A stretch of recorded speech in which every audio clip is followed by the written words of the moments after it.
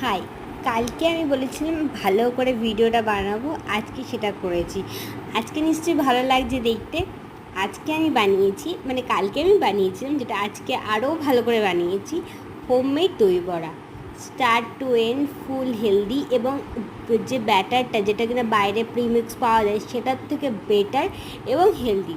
দেখতেই পাচ্ছ, গাজর, বিনস, চিড়ে, ওটস দিয়ে, তার সাথে হলুদ না, নুন আর গোলমরিচ, বারবার হলুদ বেরিয়ে যাচ্ছে, তার সাথে ছানা এবং কারি পাতাও দিয়েছিলাম, তার সাথে দিয়েছি সুজি, আর তারপর দিয়েছি বেসন। সব দিয়ে ভালো করে মিক্স করে নিয়েছি। সুজিতে জিনিসটা কড়কড়ে হয় এবং বেসনে জিনিসটা আটকে থাকে, মানে বড়াটা ঠিক মতো হয়।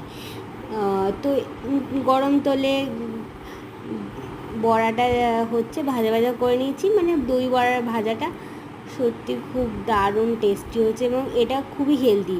আরেকটা কথা বলে রাখি, যদি তোমাদের ননস্টিকের বাসন থাকে তো সেখানে করলে না তেলটাও কম লাগে। মানে আমার ছিল না বলে আমি তেলটা একটু বেশি, মানে খুব বেশি না, একটু বেশি।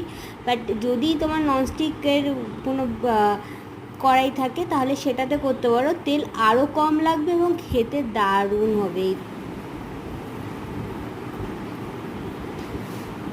দেখো, দারুণ,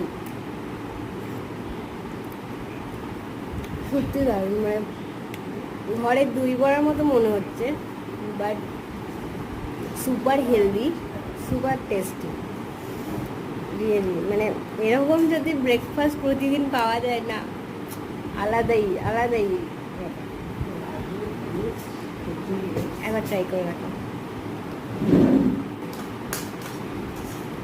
আমি এত খিদে পাচ্ছে যে খেয়ে নিচ্ছিল ভিডিও না করে। সত্যি দারুণ হয়েছে, ট্রাই করো।